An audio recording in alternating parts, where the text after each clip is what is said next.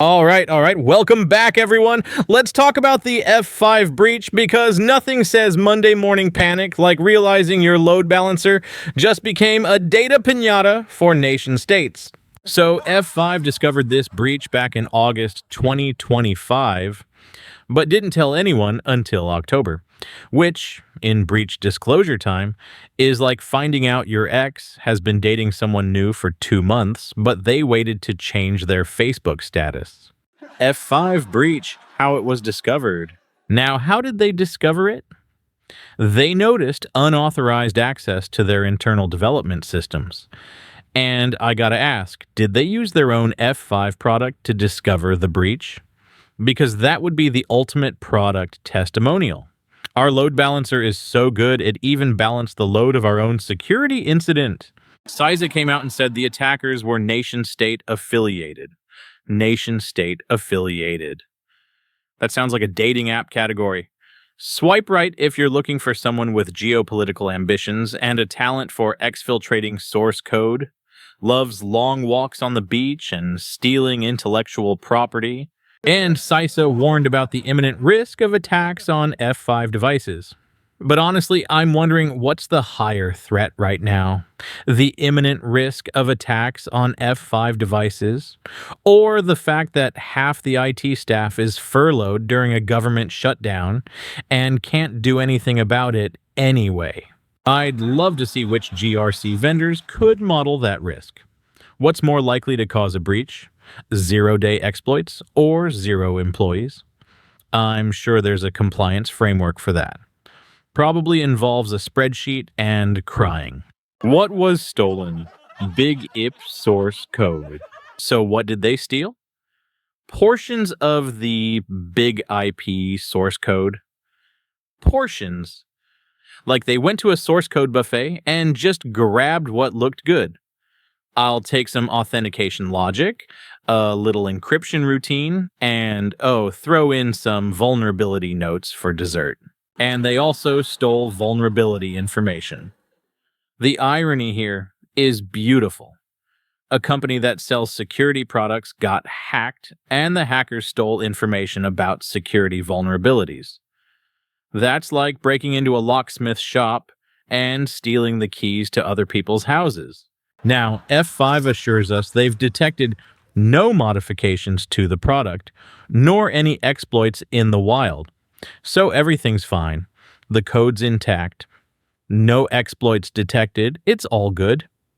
Which is the cybersecurity equivalent of your doctor saying, "We found something on the scan, but don't worry, it's probably nothing."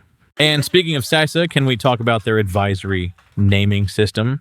They issue advisories with IDs that start with ED, Emergency Directive, ED 2601. ED. Every time I see one of these, I think, is this a cybersecurity alert or a pharmaceutical commercial? Ask your doctor if ED 2601 is right for you. Side effects may include panic, overtime, and existential dread.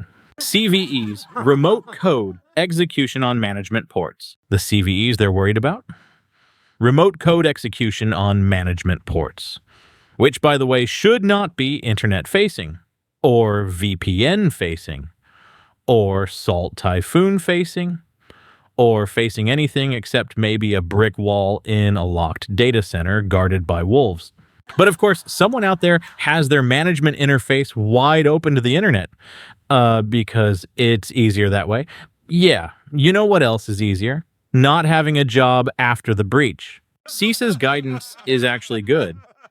Inventory your devices, patch immediately, isolate management interfaces, hunt for indicators of compromise. But my God, imagine being the IT guy who didn't even know they had F5 devices on the network, and now you have to log everything they do. That poor soul is currently Googling what is big IP while updating their resume. Source code breaches.